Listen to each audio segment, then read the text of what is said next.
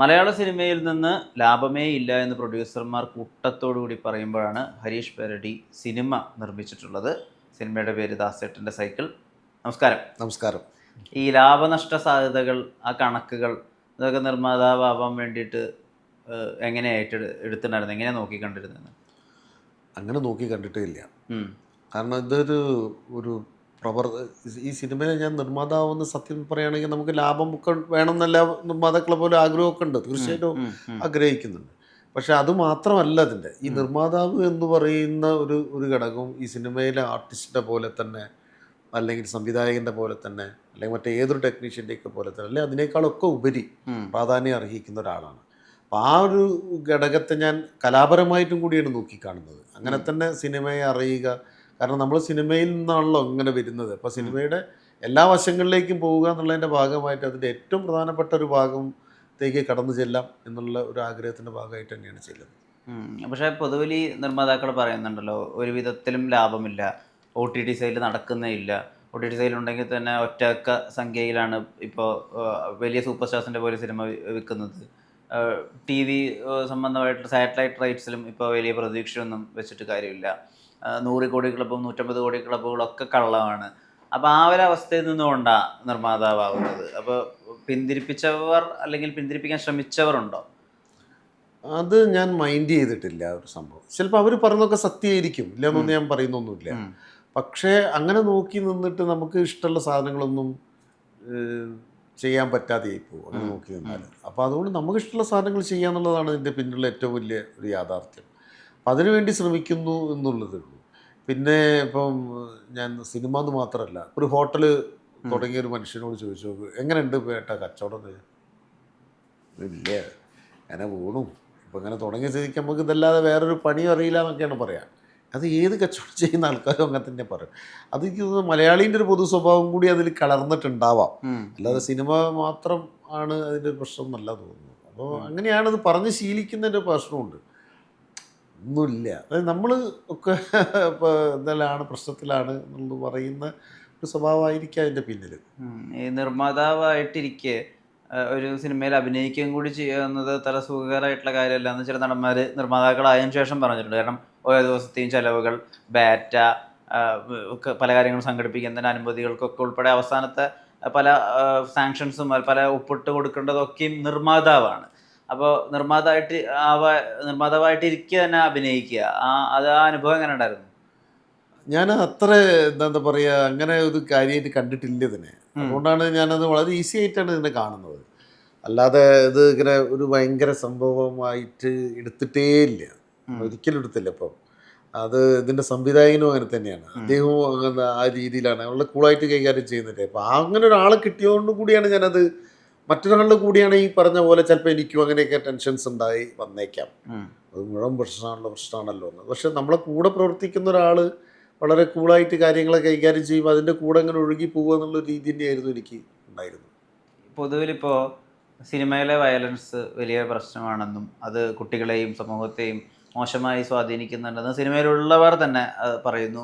പലപ്പോഴും വയലൻ്റായ സിനിമകൾ ചെയ്തവർ ഇനി ആ സിനിമ ചെയ്യുന്നില്ല. ഇപ്പോൾ മാർക്കോയുടെ പ്രൊഡ്യൂസർ പറയുന്നത് ഇനി മുതൽ അങ്ങോട്ട് വയലൻസ് സിനിമ ചെയ്യുന്നില്ല എന്നുള്ളതാണ്. ആഷിഖ് കപൂർ പറയുന്നത് അങ്ങനെ സിനിമ ചെയ്യുമ്പോൾ അതിൻ്റെ ഉത്തരവാദിത്വം കൂടി ഏറ്റെടുക്കണം, അതിന് ഉത്തരവാദിത്വമുണ്ട് സിനിമാക്കാരന് എന്നാണ് പറയുന്നത്.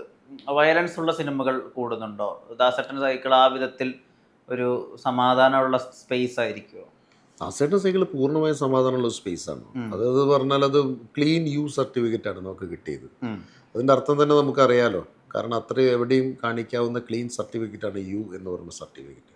അത് കുടുംബത്തിൻ്റെ രാഷ്ട്രീയം പറയേണ്ട സിനിമയാണ്. വയലൻസിൻ്റെ ചർച്ചകൾ അതിഭീകരമായി നടന്നുകൊണ്ടിരിക്കുമ്പോൾ ഇല്ലാത്ത സാധനമൊന്നുമല്ല ആൾക്കാർ ചർച്ച ചെയ്യുന്നത്.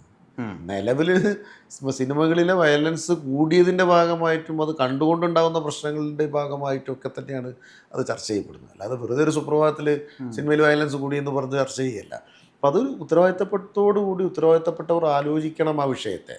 അല്ലാതെ ഇതിനെ ഒറ്റയടിക്ക് നിഷേധിച്ചിട്ട് കാര്യമൊന്നുമില്ല. നമ്മളെന്താണ് ഞാനും അഭിനയിക്കുന്നുണ്ടാവും അത്തരം സിനിമകളിൽ, പക്ഷെ അഭിനയിച്ചതൊരു തെറ്റാണെന്നോ അത്ര സിനിമ നിർമ്മിച്ച് ഇനി ആലോചിക്കണം എന്നാണ് ഇത്തരം ചർച്ചകൾ നമ്മളെ മുന്നോട്ട് വയ്ക്കുന്ന പ്രധാനപ്പെട്ട കാര്യം.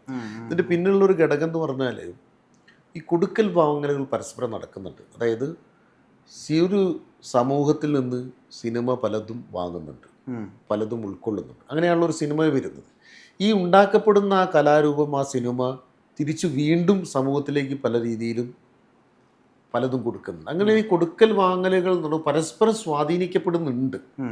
അത് പൂർണ്ണമായി തിരിച്ചറിഞ്ഞുകൊണ്ട് വേണം നമ്മൾ ചെയ്യാൻ. ഏതൊരു വിഷയവും കലാകാരന് കൈകാര്യം ചെയ്യാം, ഏതൊരു വിഷയവും കൈകാര്യം ചെയ്യാം. പക്ഷെ അത് എങ്ങനെ ചിത്രീകരിക്കപ്പെടണം, എങ്ങനെ ചിത്രീകരിക്കണം എന്നൊക്കെയുള്ള ഉത്തരവാദിത്വം നമുക്കുണ്ട്. അല്ലാതെ നമ്മളെല്ലാം പച്ചയ്ക്ക് അങ്ങോട്ട് കാണിക്കുക എന്ന് പറഞ്ഞു കഴിഞ്ഞാൽ, ഇപ്പം മഹാന്മാരായ ആളുകൾ പറഞ്ഞത് വാക്കുകൾ തന്നെയാണത്. എം ടി സാറിൻ്റെയൊക്കെ വാക്കുകൾ തന്നെ പറയുകയാണെങ്കിൽ, നമ്മൾ യഥാർത്ഥ ജീവിത ചിത്രങ്ങൾ മനസ്സിൻ്റെ കണ്ണാടിയിൽ തട്ടി പ്രതിഫലിച്ചുണ്ടാകുന്ന പ്രതിബിംബങ്ങളുടെ പ്രതിബിംബങ്ങളാണ് സാഹിത്യം, കല എന്നൊക്കെ പറയുന്നുണ്ട് മഹാന്മാരായ ആളുകൾ പറഞ്ഞ സാർ. അപ്പോൾ അത് വെറുതെ പറയുന്നതല്ല, അതങ്ങനെ ഒരു പ്രസ് ഫോട്ടോഗ്രാഫി പോലും ഒരു കലയായി മാറുന്നത് ആരും കാണാത്തൊരു ആംഗിളിൽ നിന്ന് എടുക്കുമ്പോഴാണ്. അല്ലാതെ അത് കലയാവുന്നില്ല. അതുപോലും പ്രസ് ഫോട്ടോഗ്രാഫി പോലും കലയായി മാറുന്നത് മറ്റൊരു ആംഗിളിൽ നിന്ന്, ആരും കാണാത്തൊരു ആംഗിളിൽ നിന്ന് അത് ചിത്രീകരിക്കപ്പെടുമ്പോൾ. അങ്ങനെയാണ് ഇത് ചിത്രീകരിക്കേണ്ടത് ഏതൊരു സാധനവും. അല്ലാതെ എല്ലാം തുറന്നങ്ങട്ട് കാണിച്ച് ഇങ്ങനെ ചെയ്യലല്ല. അതൊരു പ്രത്യേകിച്ചൊരു ഫീച്ചർ ഫിലിമിനൊന്നും ഒരിക്കലും സാധ്യതയില്ലാത്ത ഏരിയയാണ്. ഒട്ടും ഡിപ്ലോമാറ്റിക് അല്ലാതൊരു മറുപടി പ്രതീക്ഷിച്ചുകൊണ്ട് ചോദിച്ചോട്ടെ. വിക്രത്തിൽ വയലൻസ് ഉണ്ട്, വയലൻസ് ഉണ്ട്, കൈദിയിൽ വയലൻസ് ഉണ്ട്, വിക്രം വേദയിലും വയലൻസ് ഉണ്ട്. ആ സിനിമകളിലൊക്കെയുള്ള വയലൻസിനെ വെച്ച് നോക്കുമ്പോൾ മാർക്കോയ്ക്ക് പ്രശ്നമുള്ളതായി തോന്നുന്നു. അല്ല, മാർക്കോ എന്ന് പറഞ്ഞ ഒരു പ്രത്യേക സിനിമയോ വിക്രം വേദ എന്ന സിനിമയോ ഒന്നല്ല ഞാൻ പറയുന്നത്. ടോട്ടൽ ഏത് സിനിമയാണെങ്കിലും ഇതിന്റെ സൃഷ്ടാക്കൾക്ക് ഒരു ഉത്തരവാദിത്വം ഉണ്ട്. അത് ഞാൻ അഭിനയിച്ച സിനിമയായതുകൊണ്ട് എനിക്കതൊന്നും മാറി നിൽക്കാനൊന്നും പറ്റില്ല. ഞാൻ അതിനെ അനുകൂലിച്ച് സംസാരിക്കണം എന്നൊന്നും പറഞ്ഞാൽ നടക്കുന്ന കേസല്ല. അതിപ്പം നമ്മൾ മുഴുവൻ കഥ കേട്ടിട്ടോ അതെങ്ങനെ ചിത്രീകരിക്കണം എന്ന് ആലോചിച്ചിട്ടൊന്നല്ല ഒരു ആക്ടറും ഒരു സിനിമയ്ക്ക് ഡേറ്റ് ഒന്നും കൊടുക്കുന്നത്. അങ്ങനെയൊന്നല്ല. ഇപ്പം ചിലപ്പോൾ പ്രധാനപ്പെട്ട നായകനൊക്കെ മാത്രമേ അതൊക്കെ അറിയാൻ സാധ്യതയുള്ളൂ. അല്ലാത്തവരൊക്കെ ഡേറ്റും കാര്യങ്ങളൊക്കെ ആയിട്ട് പോകുന്ന അഭിനയിച്ച് തീർത്ത് പോരുന്നവരാണ്. പക്ഷെ ആ ഒരൊറ്റ കാരണം കൊണ്ട് ഇവർ ചെയ്യുന്ന എല്ലാ കാര്യത്തെയും നമുക്ക് ന്യായീകരിക്കണം എന്നൊന്നും ഒരു നിർബന്ധമില്ല. ഞാൻ ഈ പറഞ്ഞ ഞാൻ അഭിനയിച്ച സിനിമകളൊക്കെ വയലൻസ് ഉള്ളത് തന്നെയാണ്, വയലൻസ് ഉള്ള സിനിമകൾ തന്നെയാണ്. പക്ഷെ ആ വയലൻസിന്റെ തീവ്രത ഇപ്പം ഇങ്ങനെ പുതിയ പുതിയ സിനിമകളിലായി വരുമ്പോൾ കൂടി കൂടി കൂടി കൂടി വന്നുകൊണ്ടിരിക്കുകയാണ്. അതിന് ഇത്തരം ചർച്ചകൾ അത്യാവശ്യമാണ്. ഇത്തരം ചർച്ചകളിലൂടെ മാത്രമേ അവരും ഇപ്പം മാർക്കോയുടെ പ്രൊഡ്യൂസർ പറഞ്ഞു എന്ന് പറഞ്ഞില്ല, നല്ല കാര്യമാണ്. ഇനി എൻ്റെ സിനിമകൾ അതെന്തുകൊണ്ടാണ് അയാൾ പറഞ്ഞത് സുപ്രഭാതം അയാൾക്ക് തോന്നിയതാ? അല്ല, ഇവിടെ നടക്കുന്ന ചർച്ചകളുടെ ഫലമായിട്ടാണ് അയാൾ ശരിയാണ് അങ്ങനെ ഒരു സംഭവം ഉണ്ടല്ലേ എങ്കിലത് തിരുത്തപ്പെടേണ്ടതാണ് എന്നുള്ള തിരിച്ചറിവ് നമ്മൾ മാർക്കോ എന്നൊരു സിനിമയെ പറ്റി കുറ്റം പറയുമ്പോൾ തന്നെ അയാളുടെ തിരിച്ചറിവിനെ നമ്മൾ കൈയടി കൊടുക്കേണ്ടത്, അംഗീകരിക്കേണ്ടതാണ്. അതാണ് വേണ്ടത്. ഹരീഷ് പേരുടെ നാളെ അച്ഛൻ വലിയ സന്തോഷത്തിലായിരിക്കണം. മൂത്ത മകൻ്റെ വിവാഹം കഴിഞ്ഞിരിക്കുന്നു, അയാൾ UK സെറ്റിൽഡാണ്, അയാൾ സിനിമയുമായൊക്കെ സഹകരിക്കുന്നുണ്ട്. രണ്ടാമത്തെ മകനും നാടകമൊക്കെ ആയി മുന്നോട്ട് പോകുന്നു, അയാളും സിനിമയായിട്ട് സഹകരിക്കുന്നു, സ്വസ്ഥമായ കുടുംബജീവിതം. പക്ഷെ എന്നാൽ ഹരീഷ് പേരുടെ തന്നെ അതേ പ്രായമുള്ള മറ്റൊരു അച്ഛൻ്റെ വേദന, ഒരുപക്ഷെ മകൻ ഇന്ന് രാസലഹരിക്ക് മുഴുവനുമായും അടിമപ്പെട്ട് കഴിഞ്ഞിരിക്കുന്നു. അവൻ അമ്മയും അച്ഛനെയും സഹോദരിയും ഒക്കെ കൊലവിളി നടത്തുന്ന രാത്രികളും പകലുകളും ഒക്കെ ആയിരിക്കും അച്ഛൻ കണ്ടുകൊണ്ട് മുന്നോട്ട് പോയിക്കൊണ്ടിരിക്കുക. ആ വിധത്തിലുള്ളൊരു സത്യവും യാഥാർത്ഥ്യവും കൂടിയില്ലേ? അതിനെപ്പറ്റി ഹരീഷ് പേരുടെ ആലോചിക്കാറുണ്ടോ? തീർച്ചയായിട്ടും. അത് വലിയ നമ്മളിപ്പോൾ കേൾക്കുന്ന ഓരോ ദിവസവും കേൾക്കുന്ന വാർത്തകളിൽ കൊലപാതക പരമ്പരകളുടെ വാർത്തകൾ, ഇതൊക്കെ നമ്മൾ പെട്ടെന്നുണ്ടായതല്ലല്ലോ, കുറച്ചായിട്ട് നമ്മൾ ഇതില്ല. അപ്പം അതിൻ്റെയൊക്കെ പിന്നിൽ ഈ ലഹരിയുടെ അതിഭീകരമായ ഉപയോഗമുണ്ട് എന്ന് പറയുന്നത് പത്രക്കാർ മാത്രമല്ല, നിയമ സംവിധാനങ്ങളും പറയുന്നുണ്ട് അല്ലേ? പോലീസും കോടതിയും ഒക്കെ ഇതിൻ്റെ പിന്നിലുള്ള ഓരോ കാര്യങ്ങൾ കണ്ടെത്തുന്നുണ്ട്, പറയുന്നുണ്ട്. അപ്പോൾ അതൊരു യാഥാർത്ഥ്യം ഉണ്ട് ഇവിടെ.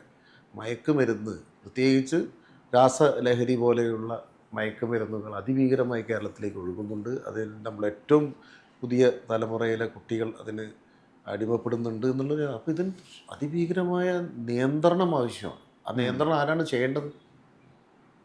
അത് ഭരിക്കുന്ന സർക്കാർ തന്നെയാണ് അതിന് മുൻകൈ എടുക്കേണ്ടത്. അത് മൊത്തം സമൂഹത്തെ മുഴുവൻ കൂടെ നിർത്തിക്കൊണ്ട് വേണം. ഇപ്പം നമ്മുടെ മുഖ്യമന്ത്രി ശ്രീ പിണറായി വിജയൻ സഖാവ് നിയമസഭയിൽ ഒരു കാര്യം പറഞ്ഞത്, അത് അംഗീകരിക്കപ്പെടേണ്ട സാധനമാണ്. ഇത് എല്ലാവരുടെയും സപ്പോർട്ടാണ് അദ്ദേഹം ആവശ്യപ്പെട്ടത്. ആ സപ്പോർട്ട് നമ്മൾ കൊടുക്കണം അദ്ദേഹത്തിന്. അങ്ങനെ തന്നെയാണ് ഇത്. കാരണം ഇതൊരു മൊത്തം സമൂഹത്തിൻ്റെയും പ്രശ്നമാണ്. പ്രത്യേകിച്ച് ഒരു സർക്കാരുകളൊക്കെ മാറി മാറി വരും. അല്ലാതെ ഒരു സർക്കാർ, പക്ഷെ ആ ഭരിക്കുന്ന സർക്കാരിന് ഉത്തരവാദിത്തമുണ്ട്. ആ ഉത്തരവാദിത്തത്തിൻ്റെ കൂടെ മറ്റുള്ളവരും കൂടി അണിചേർക്കുക എന്നുള്ള ഒരു പരിപാടിയുണ്ട്. അങ്ങനെ തന്നെ ഇതിനൊക്കെ മാറ്റിയെടുക്കാൻ പറ്റുള്ളൂ.